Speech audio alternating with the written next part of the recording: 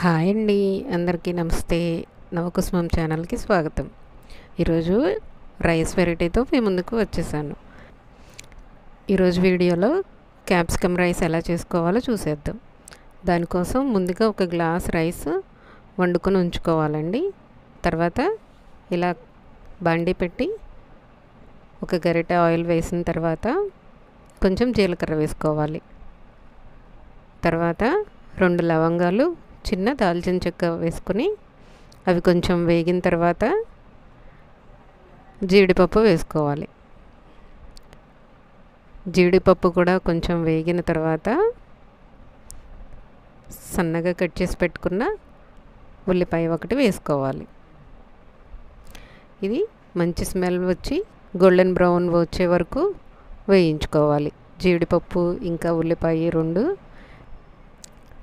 మంచి కలర్ వచ్చే వరకు వేగిన తర్వాత ఇప్పుడు 1 స్పూన్ అల్లం వెల్లుల్లి పేస్ట్ వేసుకోవాలి.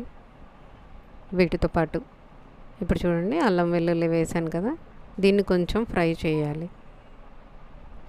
దీంతో పాటు మంచి స్మెల్ వచ్చే వరకు కొద్దిగా ఫ్రై అయిన తర్వాత ఇప్పుడు చిన్నగా కట్ చేసి పెట్టుకున్న 2 టమాటా ముక్కల్ని కూడా వేసుకొని అవి బాగా మగ్గే వరకు కలుపుతూ ఉండాలి. మధ్య మధ్యలో కలుపుతూ, టమాటాలు మగ్గడానికి 2 నిమిషాలు పడుతుంది కదండి. మధ్యలో మూత పెట్టి బాగా ఇవి వేసిన తర్వాత ఒకసారి కలుపుకొని మూత పెట్టి మగ్గనివ్వాలి. 2 నుంచి 3 నిమిషాలు ఇవి మగ్గిన తర్వాత ఇప్పుడు చూడండి, మొత్తం మగ్గుతూ ఉన్నాయి కదా. ఇప్పుడు దీనిలో చిన్నగా కట్ చేసి పెట్టుకున్న క్యాప్సికమ్ వేసుకోవాలి. ఇప్పుడు చూడండి, ఉల్లిపాయ మగ్గింది కదా, ఇప్పుడు క్యాప్సికమ్ వేసుకోవాలి.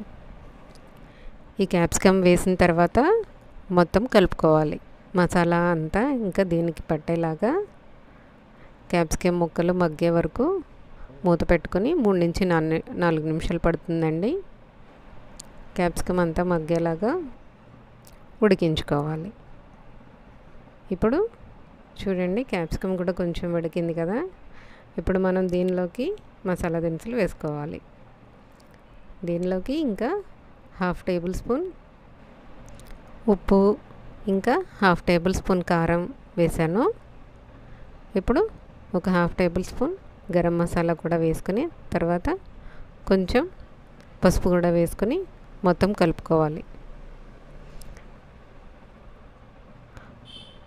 ఇలా మొత్తం కలిపి బాగా అంతా మసాలా కలిసేలాగా ముక్కలకి పట్టేలాగా కలుపుకున్న తర్వాత మనం ఇప్పుడు ముందుగా వండి పెట్టుకున్న రైస్ ఉంది కదండి, ఆ రైస్ దీనిలో వేసి మొత్తం అంతా బాగా కలపాలి. ఆ రైస్కి ఈ మసాలాలు, కూర అంతా కలిసేలాగా బాగా కలుపుకోవాలి.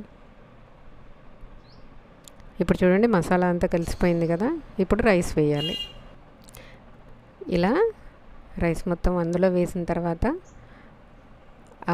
మనం ముందుగా కుక్ చేసి పెట్టుకున్న కూర ఇంకా మసాలా అంతా బాగా పట్టేలాగా అన్నం బాగా కలుపుకోవాలి.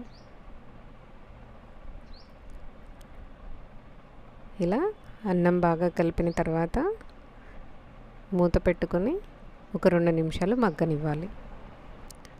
ఇలా చేయడం వల్ల ఆ ఫ్లేవర్ మనకి రైస్కి మొత్తం అంతా బాగా మంచిగా పడుతుంది. ఇంకా మనం స్టవ్ ఆఫ్ చేసుకోలేదు కదండి, అందుకని ఆ ఫ్లేవర్ మొత్తం రైస్కి ఉంటుంది.